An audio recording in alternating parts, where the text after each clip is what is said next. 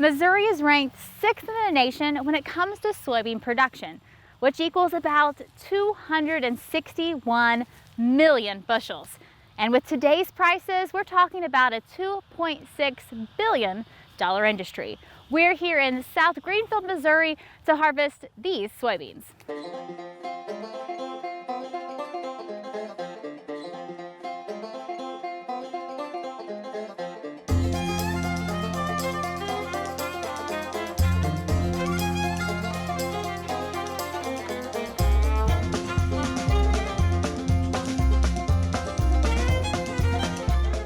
So thank you guys for letting me come out and finally tell your story. I've been wanting to do soybeans with some good friends of mine here in Southwest Missouri for a number of years.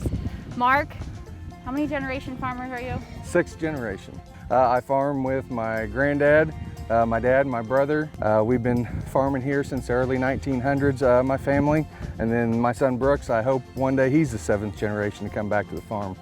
We raise corn, wheat, soybeans, and then have a commercial cow-calf herd, and we stay busy year-round. So we're talking soybeans today. Yes. So give me an overview of Missouri soybean production.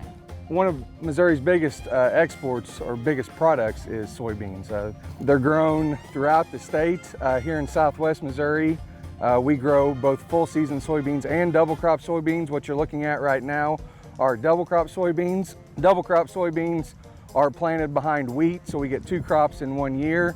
Full season soybeans are planted a little bit earlier in the year, and you typically only get 1 crop off that field per year anyway.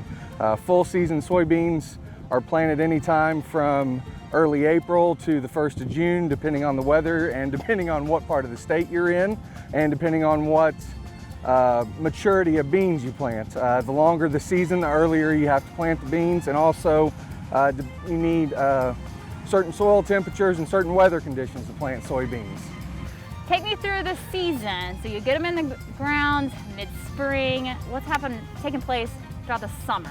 Okay, well typically double crop soybeans, the wheat will come off sometime the second half of June, and we go back, usually weather permitting, we're back in the field the next day or maybe even the same day. Really? As soon as the wheat comes off. We hope to plant soybeans as quick as we can as soon as the wheat comes off, because we're trying to get them in the ground, get them into moisture, and get them up as quickly as possible.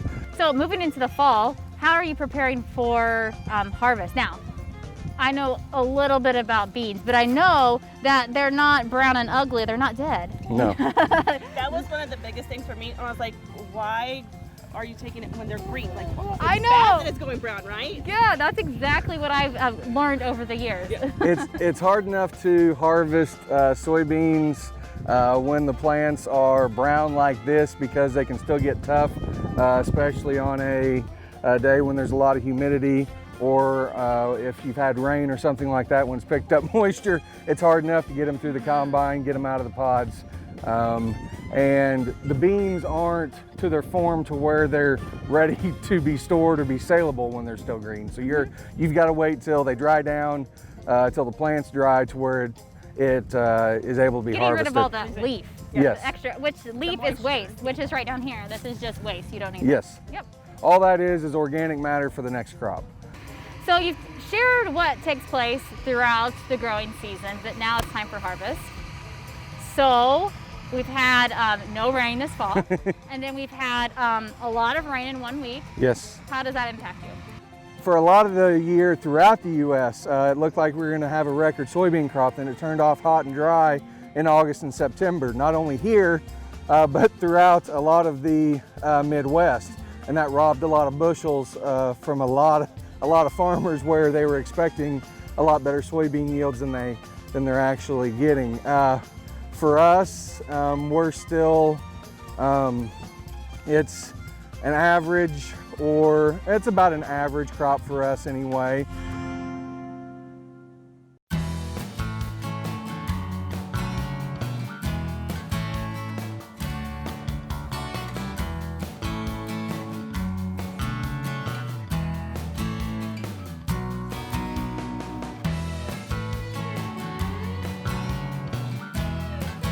So I've known you a long time.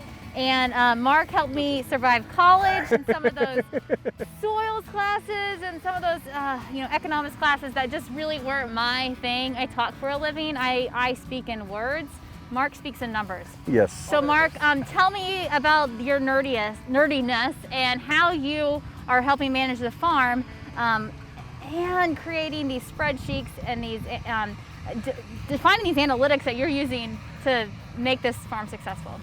Well, it's not just me, it's my dad and my brother. We all play our role as well. I can't take very much of the credit, but we're looking at, we constantly monitor. We have 3 or 4 different soybean varieties we planted this year. We know where every variety was planted.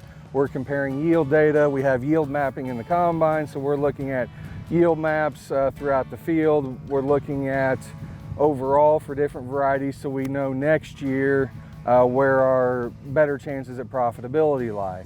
I am a numbers guy. I always have been a numbers guy. I'm not ashamed to admit it. I spend a lot of time working in Excel spreadsheets that I've built. I try to know where every bushel comes from on the farm, where it is, which bin it's stored in, that kind of information, so we have traceability.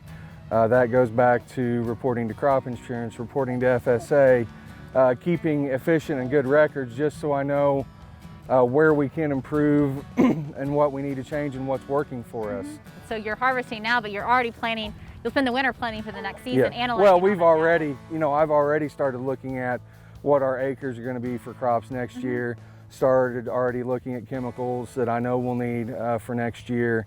We'll order our seed here in the next 2 weeks for next year. So a lot of those decisions are made pretty much right now. We're looking at, any way we can make our operation more efficient or, become more profitable. That's, numbers don't lie, I guess, has kind of always been my philosophy. And if you can back it up. Lie? What? Do words lie? Maybe a little bit. Well, what works for one person may not work for the other. So you have to find, what one variety that may be great for somebody, for your neighbor, may not be as good for you. So Megan, you are raising a multi-generational farmer, as you can tell. But you're a first generational farmer. Yes.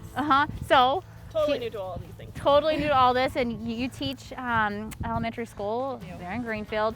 Lockwood. Okay, same thing, right? Not at all. Rivals. It's fine. It's in Dade County. Yeah. So, first impressions a few years ago when you decided to move to Dade County. I'm interested to hear this answer. I'll just say that much. Dating, he would always be like, well, just know that my schedule as a farmer is kind of always up in the air. I don't really have a lot of free time. I was like, oh yeah, people are busy. I totally get that.